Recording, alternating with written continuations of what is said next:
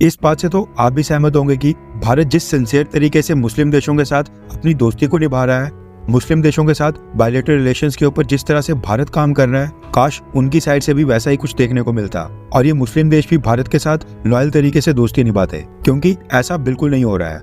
दरअसल खबर निकल कर आ रही है कि पिछले कल भारत और सऊदी अरेबिया के बीच एक नई मिलिट्री एक्सरसाइज की शुरुआत हुई है। इस मिलिट्री एक्सरसाइज का नाम रखा गया है सदा तंसीक। अभी मिलिट्री एक्सरसाइज दोनों देशों की सेना के ट्रूप्स के बीच हर साल होगी। एक बार सऊदी अरेबिया के ट्रूप्स भारत आएंगे और उसके अगले साल यानी अगली बार भारत के ट्रूप्स सऊदी अरेबिया जाएंगे। इस बार का जो सदा तंसीक मिलिट्री एक्सरसाइज का इनॉग्रल एडिशन था, ये पिछले कल 29 जनवरी से स्टार्ट हुआ है और 10 फरवरी तक चलने वाला है। सऊदी अरेबिया और भारत दोनों देशों के 45 पर्सनल्स यानी कुल मिलाकर 90 पर्सनल्स इस एक्सरसाइज में हिस्सा ले रहे हैं। अब देखा जाए तो इंडियन आर्म्ड फोर्सेस की कैपेबिलिटीज के बारे में पूरी दुनिया को पता है। ग्लोबल फायर पावर रैंकिंग्स 2024 के आधार पर भारत की सेना दुनिया में 4th पोजीशन के ऊपर है, जबकि सऊदी अरेबिया की सेना 23rd पोजीशन के ऊपर है, यानी 23वें स्थान के ऊपर। कहने का मतलब है कि भारत ने सऊदी अरेबिया के साथ जो ये सदा तंसीक एक्सरसाइज स्टार्ट की है, इसमें भारत से ज्यादा सऊदी अरेबिया की सेना को सीखने को मिलेगा।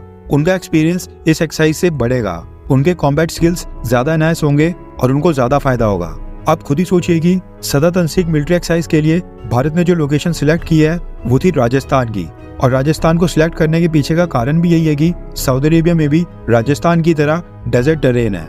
ऐसे में इंडियन आर्मी डेजर्ट टेरेन में किस तरह से कोप अप करती है, रेगिस्तान में हमारी फोर्सेस के पास जो भी कॉम्बैट स्किल्स हैं, वही इस मिलिट्री एक्सरसाइज में सऊदी अरेबिया के ट्रूप्स को सिखाने की कोशिश की गई। वीडियो के स्टार्टिंग में मैंने कहा था कि भारत इन मुस्लिम देशों के लिए बड़ा कुछ करता है ताकि हमारे रिलेशंस और भी मजबूत हों और एक दूसरे के काम आए, लेकिन जब भारत को मदद की जरूरत होती है तो सऊदी अरेबिया जैसे ही मुस्लिम देश अपना 100% कभी नहीं देते हैं। ये चीज तो खैर किसी से नहीं छुपी है कि ऑर्गेनाइजेशन ऑफ इस्लामिक कोऑपरेशन यानी कि OIC, जो कि 57 मुस्लिम देशों का एक संगठन है, इसमें सऊदी अरेबिया की सबसे ज्यादा चलती है और ऐसा माना जाता है कि सऊदी अरेबिया का इसमें सबसे ज्यादा इन्फ्लुएंस है।